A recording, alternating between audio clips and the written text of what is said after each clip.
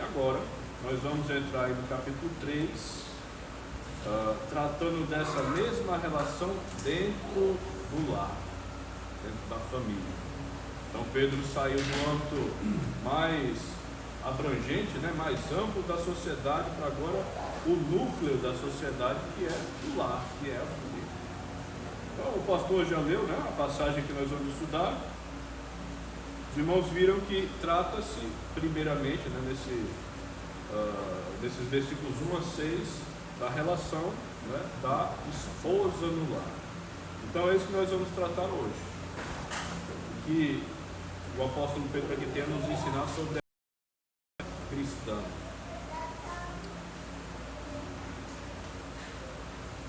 Irmãos, nesse contexto, nós precisamos lembrar que um dos conceitos mais deturpados pelo mundanismo de nossos tempos é o conceito de feminilidade. E o que geralmente se prega mundo afora é que a ideia de que cada mulher deve ter o direito de definir o que é a feminilidade, ou o que a feminilidade significa para si mesma, como se fosse uma questão subjetiva, como se existissem distintos tipos de feminilidade. Mas isso é um erro pelo fato de que existe uma verdade fundamental, uma verdade absoluta, que é a palavra de Deus.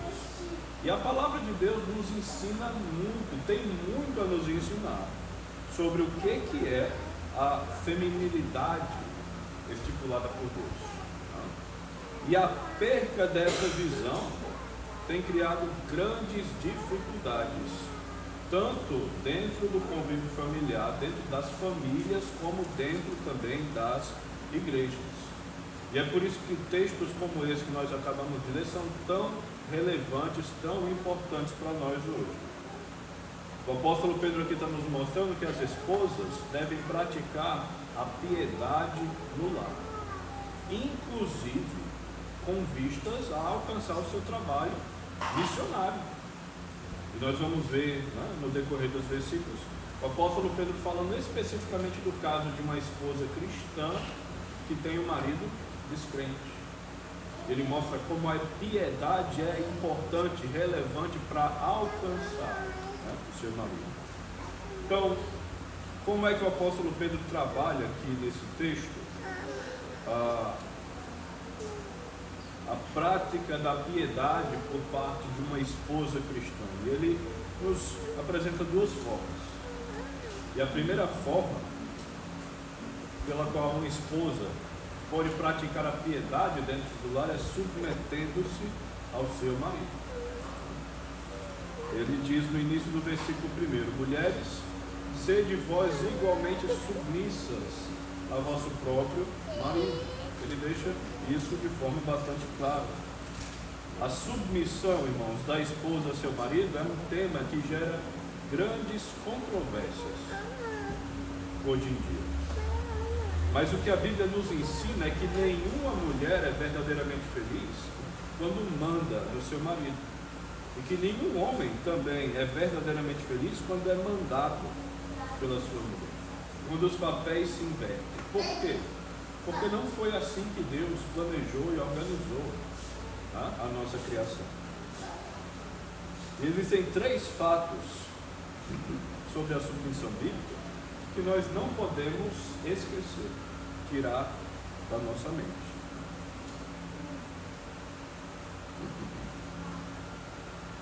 O primeiro deles é que submissão não significa inferioridade. Submissão e inferioridade são duas coisas completamente diferentes. Deus dá, ou melhor dizendo, Deus não dá às esposas menos valor do que ao marido. Mas o que Deus dá são funções diferentes. O homem é o cabeça da família, a mulher é o coração. O homem provê e protege, a mulher multiplica e abençoa. O homem provê a moradia, a mulher transforma aquela moradia em lar. O homem ama e a mulher cuida. Os dois têm o mesmo valor, os dois têm a mesma honra e os dois são igualmente necessários na família, cada qual com sua função. Imagine a situação de um casal que ora junto, o homem e a esposa, o marido e a esposa. A liderança espiritual da família está sobre o marido, mas eles estão juntos, um ao lado do outro, orando a Deus, ambos se submetendo à autoridade de Deus. Então não há uma questão de inferioridade ou superioridade, mas há uma igualdade em honra, uma igualdade em valor. Um segundo fato que nós devemos pensar sobre a submissão é que a submissão não significa que a mulher é um capacho, sem voz nem vez dentro do lar. Embora o homem seja o líder, a mulher é a auxiliadora idônea, como diz o próprio Senhor, lá em Gênesis capítulo 1. Ela não está atrás do homem, mas ao lado, ela é o braço direito e deve ser a principal conselheira do marido. Então a esposa cristã, a esposa sábia, debaixo da palavra do Senhor, ela precisa estar junto do seu marido, auxiliando ele em tomar as decisões, auxiliando ele em fazer as melhores escolhas para a família. É a ideia de um casal que trabalha junto. Minha esposa e eu, de vez em quando, recebemos alguns serviços, né, de editoração de livros. E quando esses trabalhos chegam para nós, cada um assume alguma responsabilidade. Então eu geralmente fico em contato, né, com as pessoas que buscam os serviços. Obrigado, irmão. Ela geralmente começa a organizar os documentos que eles enviam. Eu começo a preparar a capa dos livros, começo a preparar os orçamentos, ela começa a trabalhar no conteúdo de cada capítulo, cada um com uma função. A ideia é que os dois estão, né, de mãos dadas, trabalhando livros em prol de um único objetivo. Nós devíamos ver o casamento como um todo, dessa mesma perspectiva. Todos os aspectos de nossa vida. Sempre unidos, cada um com seu papel, cada um com a sua função, debaixo de acordo, debaixo do que a palavra do Senhor nos ensina, e cada um exercendo ali a sua função, cada um exercendo o seu papel. Então a submissão bíblica da mulher ao seu esposo não põe uma mordaça na sua boca, pelo contrário. Embora a responsabilidade de liderança e tomada de decisões esteja com o marido, a esposa deve contribuir e muito, né, através de seus conselhos, através também de suas habilidades. Ambos caminhando debaixo da sujeição do Senhor. A mulher sujeitando-se à autoridade do homem que toma as decisões, o homem sujeitando-se à palavra de Deus que obriga-o a amá-la de todo o coração, assim como Cristo amou a igreja. Semana que vem provavelmente nós vamos adiantar aqui no versículo 7 justamente o papel do homem, e aí nós vamos aprofundar mais sobre isso. Mas uma terceira verdade que nós temos aqui sobre a submissão é que a submissão também tem limites. Diante de Deus, a esposa está desobrigada de obedecer ao seu marido quando ele lhe exige ou pede que faça algo que vá na contramão da vontade de Deus, na contramão da santidade que Deus exige de todos nós. Nenhuma esposa deve submeter-se àquilo que fere a santidade ou a justiça de Deus. O apóstolo Paulo, né, em Efésios, diz que a esposa deve submeter-se ao marido no Senhor, debaixo daquilo que o Senhor estabelece. Então, o padrão de santidade de Deus é o limite na qual a nossa liberdade uns para com os outros, né, se estabelece. Vamos voltar para a leitura do versículo. Vejam o que o apóstolo Pedro escreve aqui, versículo 1 e também o iníciozinho do versículo 2. Ele diz: mulheres, sede vós igualmente submissas ao vosso próprio marido, para que, se ele ainda não obedece à palavra, seja ganho, sem palavra alguma, por meio do procedimento de sua esposa, ao observar o vosso honesto comportamento cheio de temor. Veja, nesse contexto, não obedecer à palavra, como diz aqui o apóstolo Pedro, é o mesmo que ser descrente. E entendemos isso por dois motivos. Primeiro, porque Pedro fala de ganhá-lo, e ganhá-lo sempre é uma palavra utilizada, né, nas cartas, apontando para um contexto evangelístico, levar a palavra de Deus àquele que não é crente ainda. E segundo, pelo próprio contexto que nós observamos, né, que vem lá no capítulo 2 até aqui. O objetivo do apóstolo Pedro com esse texto é mostrar como a piedade é importante para nós concluirmos o nosso trabalho evangelístico. Então, dentro do lar, ele traz agora o exemplo de uma esposa crente, fiel ao Senhor, casada com um marido descrente. Como que ela vai levar? Qual seria talvez o primeiro passo para ela levar esse homem a Cristo? Procedendo, né, de maneira piedosa e santa e justa dentro do lar. Isso significa, debaixo do temor do Senhor, se submeter biblicamente à autoridade do marido.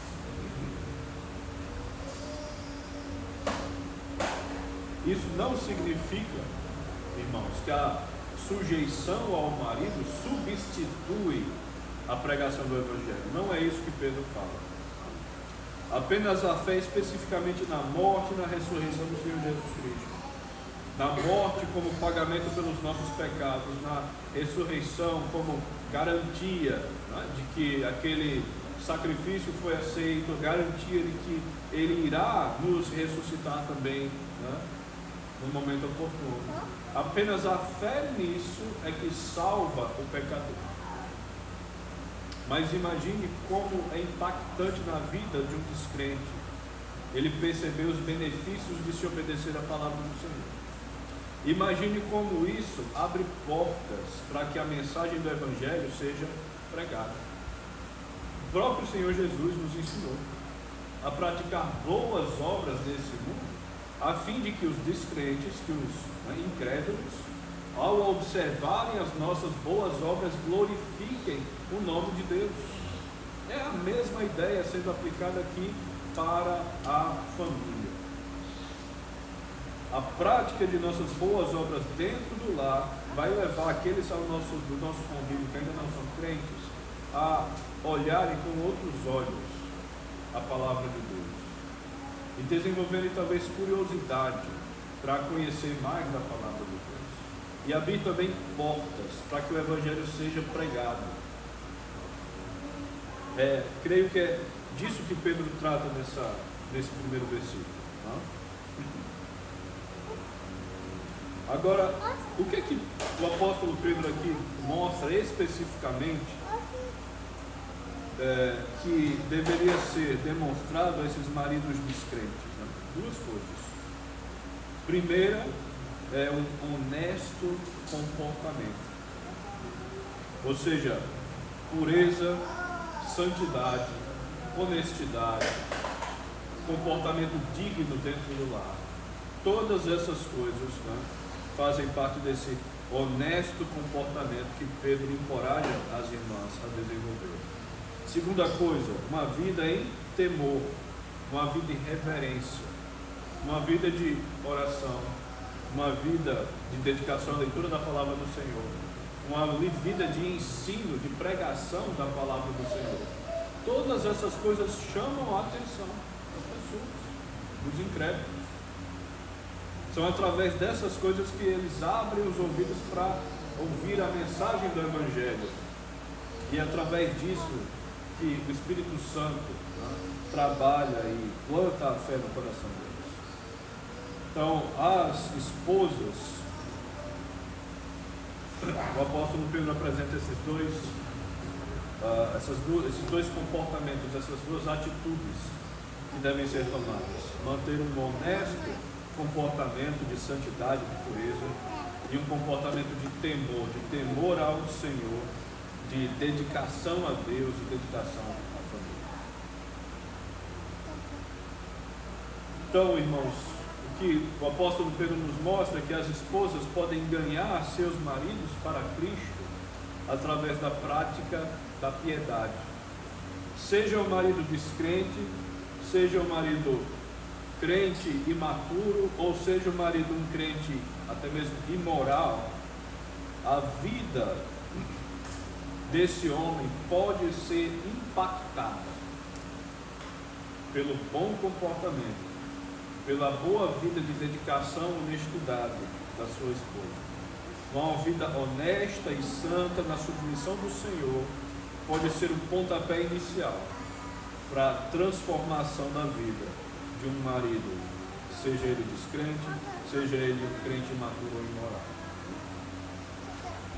E aí, o apóstolo Pedro nos apresenta uma segunda maneira, uma segunda forma, pela qual as esposas podem viver piedosamente, podem buscar viver piedosamente no seio familiar, que é submetendo-se ao Senhor. Veja o que diz no versículo 3: não seja o adorno da esposa o que é exterior, como frisado de cabelos, adereços de ouro, aparatos de vestuário. Então veja como o apóstolo Pedro instrui as irmãs a não se preocuparem tanto com adornos e adereços externos, não se preocuparem tanto com a aparência externa. Pedro está nada mais, nada menos do que aplicando às esposas o princípio bíblico que nós encontramos, por exemplo, lá em 1 Samuel capítulo 16, né? E nessa passagem o profeta Samuel relembra aos israelitas que o Senhor não enxerga as coisas da mesma forma que nós enxergamos. Nós, com nossos olhos, enxergamos aquilo que é exterior. O Senhor não. Ele é poderoso para observar o mais íntimo do nosso coração. Ele é poderoso para observar aquilo que se passa na nossa mente. Nós vemos a aparência, o Senhor vê o coração.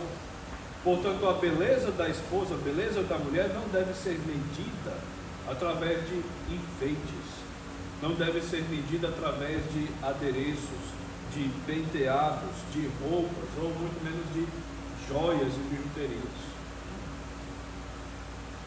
Veja, a pessoa que fica presa na sua visão de si mesmo, presa na sua própria aparência, é como você imaginar uma pessoa presa em uma jaula de espelhos.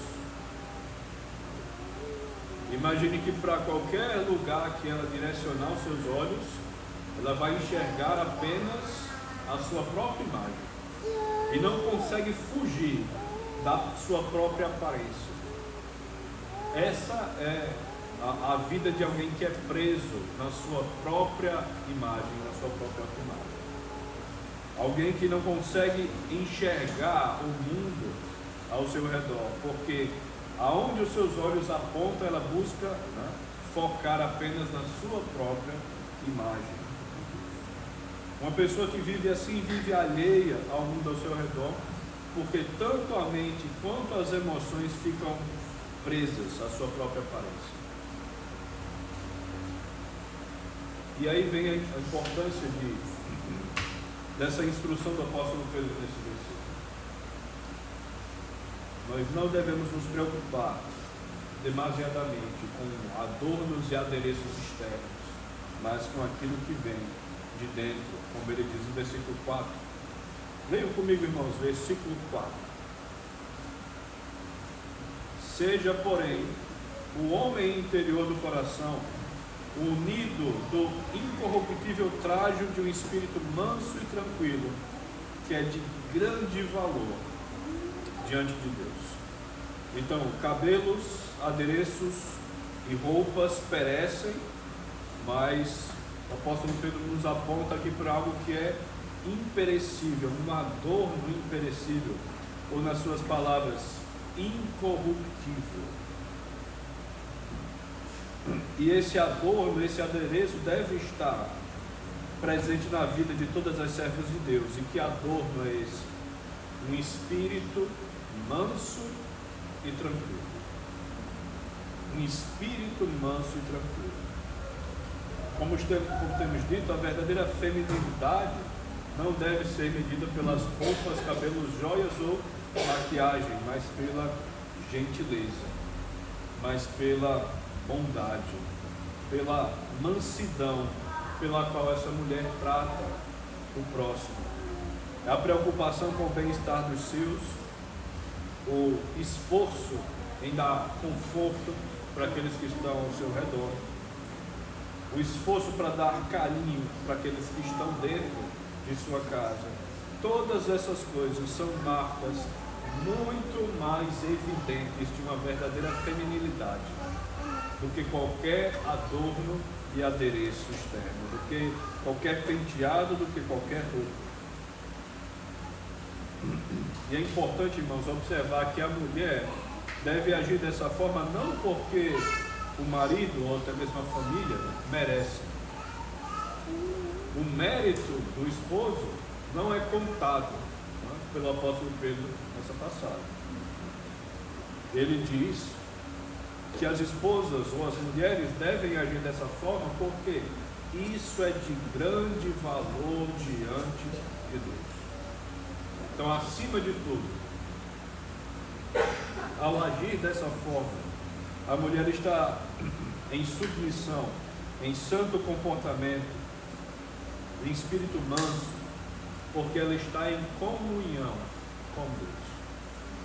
E não porque a pessoa ou as pessoas que estão ao seu redor merecem. Isso nos leva a uma aplicação.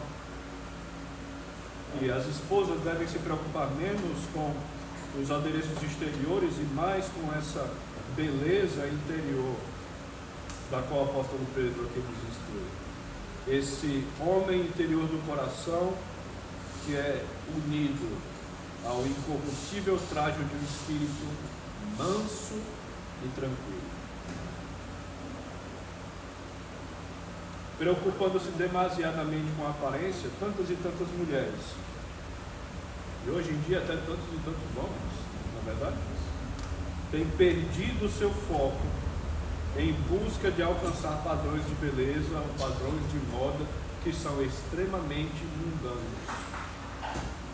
Dentro das igrejas, muitas vezes, o que se vê é mais um desfile de moda, uma competição de quem tem os melhores vestidos, os melhores brincos, os penteados mais bem feitos, do que propriamente uma sujeição e submissão à palavra do Senhor. Cria-se dentro da igreja uma espécie de guerra fria. As pessoas não se falam, mas os olhos já mostram, às vezes a inveja, às vezes a raiva, às vezes os sentimentos ruins, simplesmente por uma suposta competição de quem vem com a melhor roupa ou os melhores adereços. E esse tipo de comportamento, irmão, talvez seja o fruto de um coração que não está em plena comunhão com o Senhor.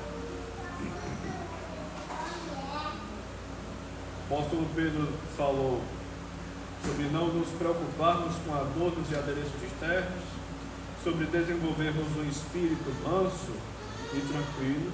E agora no versículo 5, nós vemos ele apontando para a instrução de seguirmos bons exemplos bíblicos. Veja o que diz o versículo 5.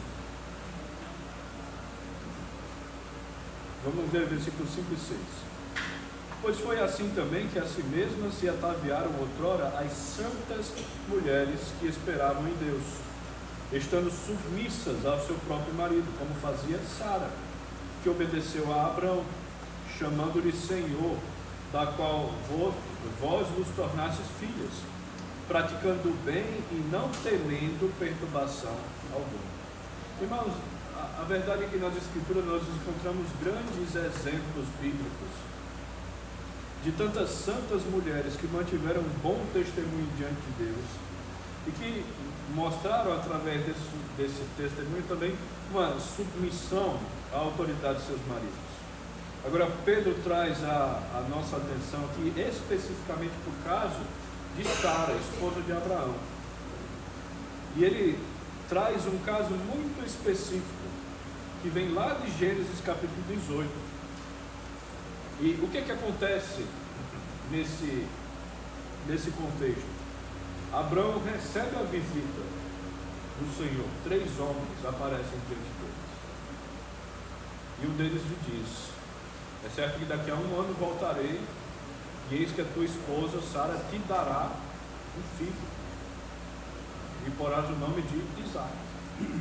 Sara, escondida, atrás da tenda, ouvindo a conversa, a palavra de Deus diz: Sara riu-se diante daquela situação, daquela palavra, porque ela era estéril, os dois já bem avançados de idade, Abraão quase 100 anos, Sara quase 90, e ela diz para si mesma: será que depois de tanta velhice ainda terei um filho com o meu Senhor? Se referindo a Abraão.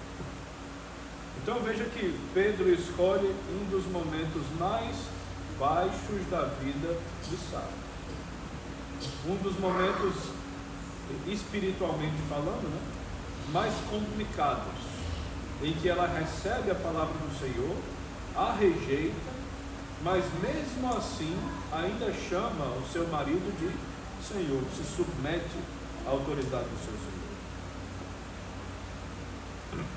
Aparentemente, Pedro se utiliza desse caso para mostrar que até mesmo nesse momento de incredulidade, um dos pontos mais espiritualmente baixos da vida de Sara, como eu falei, ela escolheu reconhecer a liderança de Abraão em seu casamento e consequentemente recebeu a bênção de ter um filho, e Isaque nasceu. Eu devo trazer um alerta dizendo que o caso de Sara nessa passagem é nada mais do que um exemplo. Eu não estou dizendo que as esposas devem chamar seus maridos de Senhor, talvez isso fosse algo do costume da época, da cultura da época. Mas veja, mesmo nesse momento tão difícil da vida de Sara, espiritualmente falando, ela reconhece ainda a submissão. E isso nos mostra que nós devemos buscar nas Escrituras e não no mundo as orientações para a nossa vida do lar. O que é que deve reger as nossas relações de marido, de esposa, de filhos? A palavra do Senhor. Quando que problemas entram pela porta de nossos lares e causam grandes dificuldades, muitas vezes, irmãos, é quando nós colocamos a palavra do Senhor de lado e ouvimos aquilo que o mundo tem a dizer com muito mais atenção do que o que a palavra diz. Às esposas cristãs é dada a responsabilidade de se submeter no Senhor ao seu marido. Não importa se o mundo pregue o oposto. O marido, nós vamos ver semana que vem, tem a obrigação de amar a sua esposa, independentemente se ela merece ou não, se ela faz por merecer ou não esse amor. Por que fazemos isso? Porque estamos nos submetendo ao Senhor. Fazemos isso porque devemos obediência ao Senhor, e não porque as pessoas que estão ao nosso redor merecem ou não o nosso carinho, a nossa atenção, o nosso cuidado, a nossa submissão ou o nosso amor. Vamos colocar a palavra de Deus como a regra de fé e prática da nossa família, do nosso lar. Para concluir aqui, irmãos, nós vamos concluir com as palavras de Salomão, quando ele escreveu lá em Provérbios 14, versículo 1, o seguinte: a mulher sábia edifica a sua casa, mas com as próprias mãos a insensata derruba a sua. Pedro chamou a atenção aqui de mulheres, principalmente aquelas crentes que são esposas de maridos descrentes, que é através da prática da piedade, da sabedoria, do conhecimento de Deus, do temor de Deus, que a obra missionária, o alcance do coração para Cristo, né, pode ser alcançado. Então, vamos colocar a palavra do Senhor em prática e adorar ao Senhor debaixo de toda a sua santidade.